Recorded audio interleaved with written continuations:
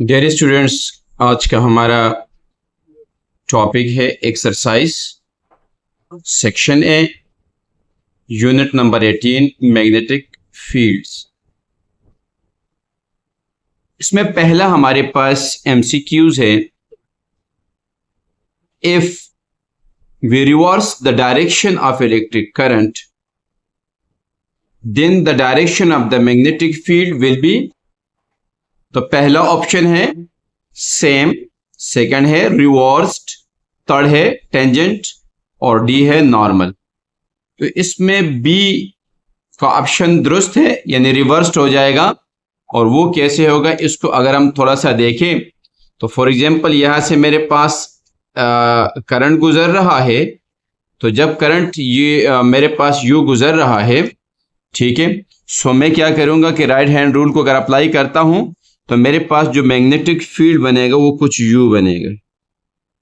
इसका मतलब है कि magnetic field out of board, out of paper है मेरे पास।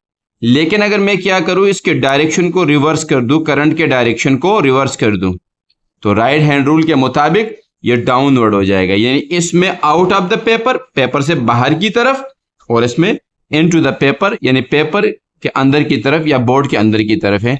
तो इसमें जो हमारे पास सेकंड ऑप्शन है, और वो सेकंड ऑप्शन हमारे पास है रिवर्स्ड। इसका मतलब ये हुआ कि ये रिवर्स्ड हो जाएगा। नंबर बी मेरे पास है the application of the magnetic field is, यानी मैग्नेटिक फील्ड को कहां इस्तेमाल में लाया जा सकता है। पहला ऑप्शन दिया हुआ है माइक्रोवेव ओवन, नंबर बी है मैग्नेटिक लेविटेशन ट्रेन्स, और नंबर थर्ड इलेक्ट्रोलिसिस, और नंबर डी प्लांट फोटोसिंथेसिस। तो इसमें हमारे पास बी ऑप्शन ठीक है, मैग्नेटिक लेविटेशन। स्टूडेंट्स, ट्रेन अगर आप लोगों ने देखे हो तो ट्रेन के जो व्हील्स होते हैं ये हमारे पास रेलवे ट्रैक्स होते हैं। यहाँ हमारे यहाँ पर आयरन के बने होते हैं और इसके ऊपर जो व्हील ऐसे चल रहे होते हैं। लेकिन जब हम मैग्नेट के एप्लीकेशन की बात करते हैं, मैग्नेटिक फील्ड के एप्लीकेशन की बात करते हैं, तो उस सूरत के अंदर हमारे पास कुछ यू होता है।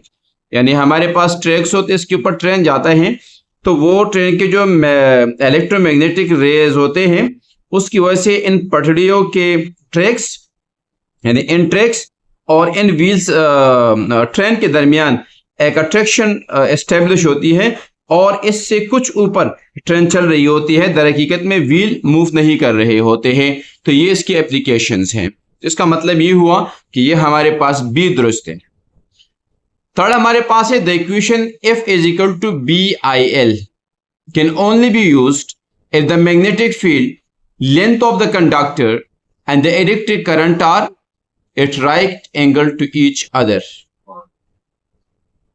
वो कहता है कि ये जो हमारे पास F is equal to BIL है, ये तब यूज किया जा सकता है कि अगर हमारे पास field, length of the conductor और करंट तीनों क्या हो, आपस में रिलेशनशिप में परपेंडिकुलर हो। हाँ, तो at the right angles to each other होना चाहिए। बेसिकली कुछ यूं होगा कि ये हमारे पास x एक्सिस है, ये हमारे पास y एक्सिस है, ये हमारे पास z एक्सिस है। ये तीनों आपस में जब रिलेशनशिप बनाएगा परपेंडिकुलर का, तो हमारे पास क्या होगा, BIL साइन थीटा।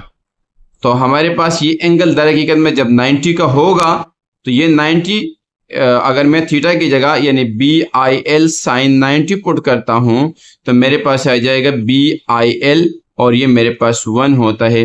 सो ये हमारे पास BIL है, और तब इसको हम यूज कर सकते हैं। स्टूडेंट्स, हमारे पास नेक्स्ट पार्ट है, और नेक्स्ट पार्ट जो मेरे पास है वो है मेरे पास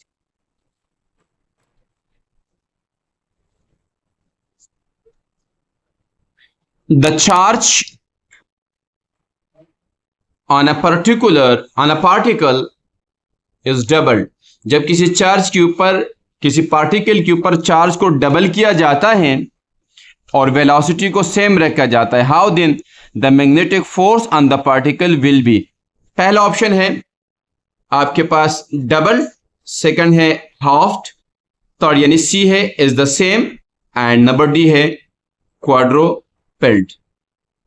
इसमें फर्स्ट ऑप्शन यानी डबल का सही है। उसकी लॉजिक ये है स्टूडेंट्स कि हमें पता है कि जब हम इक्वेशन की बात करते हैं कि F is equal to Q into V into B, तो इस इक्वेशन में आपके पास ये जो टर्म है जिसको चार्ज कहते हैं, जब इसके मैग्नीट्यूड को आप बढ़ाओगे तो अल्टीमेटली ये फोर्स बढ़ेगी। यानी ये इक्वेशन हमें ये बताती है कि अगर इस चार्ज को आप बढ़ाओगे, यानी दर हकीकत में ये F जो है डिपेंड करता है इस चार्ज के ऊपर। तो अगर इसको मैं डबल कर देता हूं, यानी Q को 2Q कर देता हूं, तो बाकी equation will be remains same, और मेरे पास ये क्या हो जाएगा, ये फोर्स विल बी डबल। यानी अगर इसको F डैश कर दूं और ये पहले वाला मेरे पास F था तो ये डबल हो जाएगा। देयरफॉर फर्स्ट ऑप्शन जो मेरे पास A है वो दुरुस्त है। यानी ये इक्वेशन लॉरेंट्ज फोर्स इक्वेशन जिसको कहते हैं, ये डिपेंड करता है चार्ज के ऊपर। चार्ज के डबल होने से फोर्स यकीनन आपके पास डबल हो जाएगा। नंबर 5 मेरे पास है, strength of the magnetic field of the solenoid can be increased by number पहला ऑप्शन है increasing number of turns, B है decreasing number of turns, C है increasing the current through the solenoid, और D मेरे पास है inserting a ferromagnetic core that is iron into the solenoid. ये हमारे पास अगर हम बात करते हैं तो इसमें जो मेरे पास ऑप्शन दुरुस्त है वो पहला वाला है कि increasing the number of turns. Number of turns बढ़ाने से आपका strength of the magnetic field भी बढ़ जाता है। स्टूडेंट्स यहां देखिए मेरे पास इक्वेशन होती है कि B is equal to mu not N I. इस इक्वेशन को अगर हम देखते हैं तो ये मेरे पास कांस्टेंट है और ये I भी कांस्टेंट ही रहता है, क्योंकि जब आप कॉइल को किसी पर्टिकुलर करंट से कनेक्ट करते हो। लेकिन ये जो आपके पास है number of turns per unit length, number of turns per unit length जो आपके पास है ये इस पर डिपेंड करता है। और वैसे भी नंबर ऑफ टर्न्स यानी इन जितना इंक्रीज होगा तो उतना ही आपके पास strength of the magnetic field will increase. इसका मतलब है कि पहला ऑप्शन दुरुस्त है। नंबर 6 की बात करते हैं, the magnetic field inside along solenoid is uniform. पीछे थ्योरी के अंदर भी हमने ये स्टडी किया था कि जब हम बात करते हैं मैग्नेटिक फील्ड के और वो भी सोलेनॉइड के अंदर की बात करते हैं तो हमारे पास क्या होता है, फील्ड यूनिफॉर्म रहता है। यानी सोलेनॉइड के अंदर हमारे पास जो फील्ड है वो इंडिपेंडेंट है कि वो अंदर कहां पड़ा हुआ है, यानी वो डिपेंड नहीं करता है कि ये कितने फासले पे रखा हुआ है। और पिछले थ्योरी के अंदर भी हमने इस बात को एक्सप्लेन किया था कि ये हमारे पास इंडिपेंडेंट होता है। उसके बाद हमारे पास है 7, the force between two current carrying conducting arises due to. तो पहला ऑप्शन है magnetic effect of current, B है पोलराइजेशन, सी है इलेक्ट्रोमैग्नेटिक इंडक्शन, डी है इलेक्ट्रोस्टैटिक इंटरेक्शन। पहला ऑप्शन दुरुस्त है। The force between two current carrying conductor arises due to the magnetic effect of the current. यहां देखिए स्टूडेंट्स, अगर हम यहां देखते हैं मिसाल के तौर पर मेरे पास ये एक करंट कैरिंग कंडक्टर है और ये मेरे पास सेकंड करंट कैरिंग कंडक्टर है। तो यहां जब करंट आपका यू मूव कर रहा है, फॉर एग्जांपल ये आपके पास I1 है, ये आपके पास I2 है, इसमें करंट यू मूव कर रहे हैं तो ये मैग्नेटिक फील्ड ऐसे बना रहे हैं। तो यकीनन ये करंट I की वजह से इसके ऊपर एक इन्फ्लुएंस लगता है और ये इसके ऊपर लगाता है। So therefore I can say magnetic effect of current, यानी करंट की वजह से मैग्नेटिक इफेक्ट हो जाता है। नंबर 8 हमारे पास है to measure a higher voltage. जब हायर वोल्टेज को हम नापते हैं, what should you do with the voltmeter internal resistance. तो पहला ऑप्शन है increase it, decrease it, keep at the same, it doesn't effect the measurement. तो बी सही है, इंटरनल रेजिस्टेंस को रिड्यूस करेंगे तो तब जाके हम क्या करेंगे, हायर वोल्टेज को नाप सकेंगे। नंबर 9 है मेरे पास, a proton moves perpendicular to a uniform magnetic field एक प्रोटॉन मूव कर रहा है परपेंडिकुलर डायरेक्शन में और मैग्नेटिक फील्ड यूनिफॉर्म है, what is the direction of the force experience by the proton? पहला ऑप्शन है parallel to the magnetic field, B है in the direction of the photon's velocity, number C है perpendicular to the magnetic field and the photon velocity. ये C का option दुरुस्त है, D है opposite to the direction of the protons velocity. इसमें सी जो हमारे पास है वो दुरुस्त है। उसकी लॉजिक ये है कि a proton move perpendicular to uniform magnetic field, what is the direction of the force experience by the proton? तो ये परपेंडिकुलर सूरत में होगा तो तब जाके इस तरह की सूरत हाल हो सकते हैं। नंबर 10 हमारे पास है an electron moves parallel to uniform magnetic field.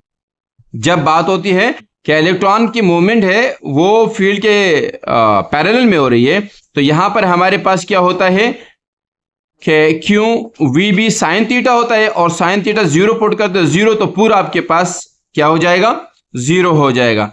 तो देयरफॉर मेरे पास सी ऑप्शन है 0 since the electron is moving parallel to this. यानी कहने का मकसद ये है कि मेरे पास F is equal to Q V B sine theta होता है, तो साइन थीटा अगर 0 पुट करता हूं तो क्यू वी बी और साइन थीटा की जगह 0 degree, so I will get Q V B और ये पूरा 0 is equal to 0। Therefore C का ऑप्शन मेरे पास दुरुस्त है।